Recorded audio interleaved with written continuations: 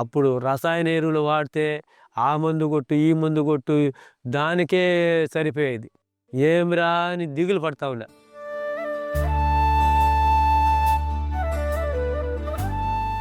ఈ రసాయన వ్యవసాయం చేసేటప్పుడు ఈ పంట అయిపోతానే మళ్ళా పంట అమ్మినామా వస్తుంది, మళ్ళా బదులు తీసుకున్న వాళ్ళకి ఇచ్చేసి మళ్ళా ఖర్చులకి దుక్కులో పెట్టాలంటే మళ్ళా కొంచెం అప్పు చేయాల్సి వస్తుంది. ఈ 7-8 ఏళ్ళుగా ప్రకృతి వ్యవసాయం చేస్తూ ఉండగా 15 నుంచి 20-25 రకాలు అంతర పంటలు వేస్తూ గట్ల పైన పండ్ల చెట్లు ఆకుకూరలు వేసుకోవడం వల్ల మనకు ఆదాయం వస్తూ ఉంది. ఈ 7-8 ఏళ్ళలో ఒక పెద్ద అబ్బాయికి చదువు అయిపోయింది, 2 చదివిస్తున్నాను, ఏదో చిన్న ఒక ఇల్లు కట్టుకున్నాను, నా ఖర్చులతో కూడా కొంచెం మిగులు అవుతా ఉంది. ఈ ప్రకృతి వ్యవసాయం చేయడం వల్లనే నేను అప్పులు అవ్వకుండా ఉన్నాను.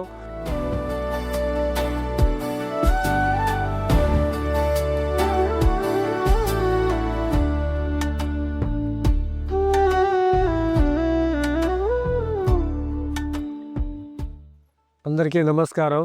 నా పేరు నాగమణి, గొల్లపల్లి గ్రామం, చెట్టత్తూరు కాలేపల్లి పంచాయతీ, రామచంద్రాపురం మండలం, తిరుపతి జిల్లా. నాకు 3 పిల్లకాయలు, మా అమ్మ, మేము అంతా 6 మంది ఉన్నాము ఫ్యామిలీ. ఒక 20 సంవత్సరాలుగా వ్యవసాయ అనుభవం. 2017 నుంచి ప్రకృతి వ్యవసాయం మన ఆరోగ్యం భూమి ఆరోగ్యం గురించి సిఆర్పి తెలియజేశారు. అప్పటి నుంచి నేను ప్రకృతి వ్యవసాయం చేస్తూ ఉన్నాను.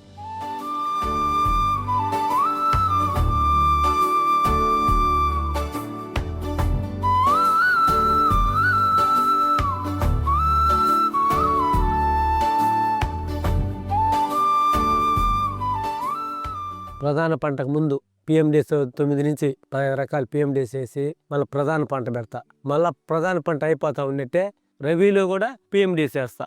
2 నెలలు ఉన్నిచ్చి ఆవులకి కోసి వేస్తూ కొన్ని కలయిదుంటా. మళ్ళా రబీలో ప్రధాన పంట పెడతా. వరి వేస్తే ఉత్తన శుద్ధి చేసి వరి నాటుతా. సగం నేల వేరుశనగ. దీంట్లో ఒక 20 సెంట్ల నేల ఏటీఎం అని కేటాయించుకున్నా.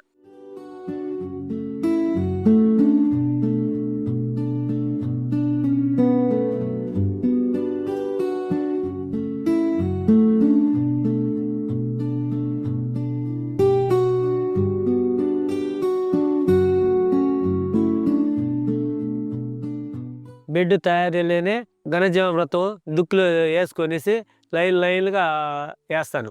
ఏటీఎం మోడల్లో ఆకుకూరలు కాయకూరలు తీగ జాతి అన్నీ నాటుకుంటా. ఫస్ట్ లైన్లుగా అరడుగు గ్యాప్ ఇచ్చి ఆకుకూర తర్వాత గెడ్డ జాతి తర్వాత ఆకుకూరలు ఒక 15 రకాలు వేస్తాను.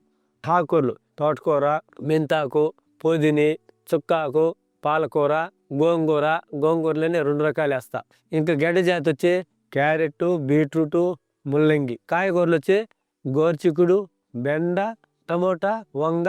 తీగ జాతి వచ్చి సొరేస్తా, కాకర, బీర, ఈ రకాలు.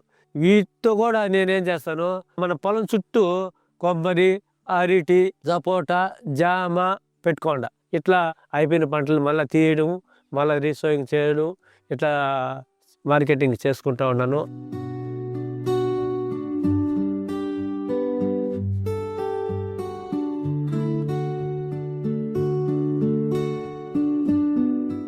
ఇప్పుడు ప్రకృతి వ్యవసాయంలో ఒక నాటు ఆవు నాకుంది, 2 జెర్సీ ఆవులు ఉంది. ఈ నాటు ఆవు పేడ పంచతంతో వ్యవసాయం చేస్తూ ఘనజీవామృతం చేసుకుంటాను, దుక్కులు వేసుకుంటున్నా. తర్వాత వచ్చి జీవామృతం సొంతంగానే తయారు చేసుకుంటాను. 15 రోజులకు ఒకసారి స్ప్రే చేస్తా. అట్లా 2 టైమ్స్ అవుతానే. దానికి ఏదైనా పురుగు అనిపించిందంటే వేప గింజల ద్రావణం, వావిల కషాయము, దానికి మించి పురుగు ఉండదనిపిస్తే బ్రహ్మాస్త్రం కానీ అగ్నాస్త్రం స్ప్రే చేస్తా.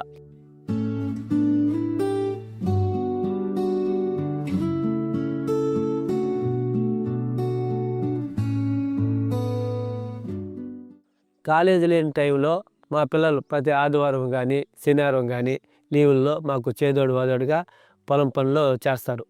అట్లా నేను ఒక 2 ఎకరాలు మామిడి వేస్తుందా. ఈ మామిడిలో నిరంతరం పిఎండిఎస్ ఉండేట్టుగా నాకు క్రాప్ తీసుకునేట్టుగా వేసుకుంటా.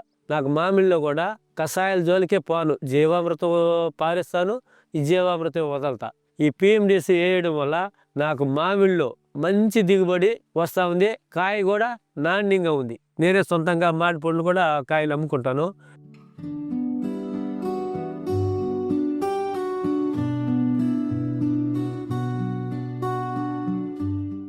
ఈ మామిడిలో గోంగూర, అలసంద ఇవి వేసుకోవడం వల్ల నాకు ప్రతి శనివారం ఆధారం మంచి డిమాండ్ ఉంటుంది. ఈ ఆధారం మంచి రేటు.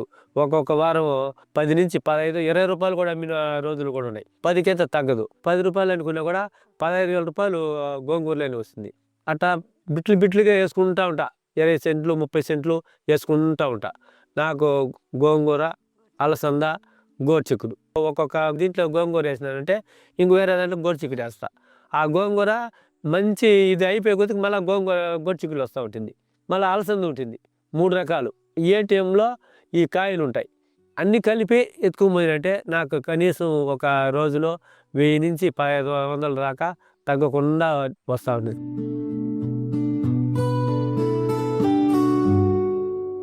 ఈ ఆకుకూరలు వేసిన తర్వాత 20 రోజులకల్లా ఆకుకూరలు వచ్చేస్తాయి. కొన్ని ఆకుకూరలు 30 రోజులకు వస్తాయి. 40 రాయలకి కాయ జాతి వస్తుంది. ఈ కాయలతో కూడా కోసుకొని వీటితో కూడా తీసిపోయి రైతు బజార్లో అమ్ముకుంటా. నాకు పొలంలో పని ఉంటుంది కాబట్టి ఆవిడ తీసిపోయి అమ్మమ్మని పంపిస్తూ ఉన్నాను. అట్లా ఎండిఓ ఆఫీస్ కాడ పంపిస్తా. ఇక్కడ ఎక్కువగా అనిపించిందంటే కలెక్టర్ ఆఫీస్కి పోతా, డైలీ రైతు బజార్లో అమ్ముకుంటూ ఉంటాను. ఇట్లా నిరంతరం చేసుకుంటే నెల ఖర్చులకి ఒకరిని అడుక్కోనే పని లేకుండా కుటుంబ ఖర్చులకు ఆదాయం వస్తూ ఉంటుంది.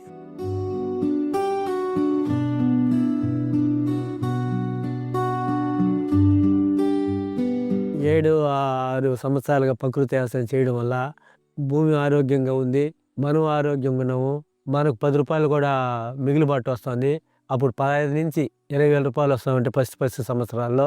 ఇప్పుడు ప్రతి నెల 40,000 రూపాయలు తగ్గకుండా ఆదాయం పొందుతూ ఉన్నాను.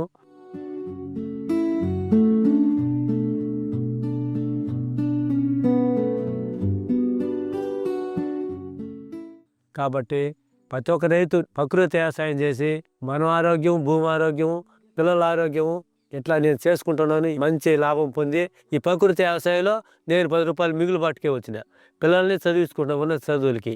ఈ కాలంలో చదివించాలంటే వేలతో నుంచి లక్షలు ఖర్చే కానీ ఆసామాసాగా లేదు. ప్రకృతి వ్యవసాయం చేసి మిగులుబాటులో ఉన్నాను. ఇంకొక ఇల్లు కట్టుకుంటున్నాను. పిల్లలు కూడా ఇంకో 2-3 సంవత్సరాల తర్వాత చదువులు అవుతానే పెళ్ళిళ్ళు చేసేదానికి కూడా నేను ఇంత సంపాదించుకున్నా. ప్రతి ఒక్క రైతు కూడా ఈ ప్రకృతి వ్యవసాయాన్ని చేసుకుంటూ బాగుండాలని ప్రతి ఒక్కరిని నేను కోరుకుంటున్నాను.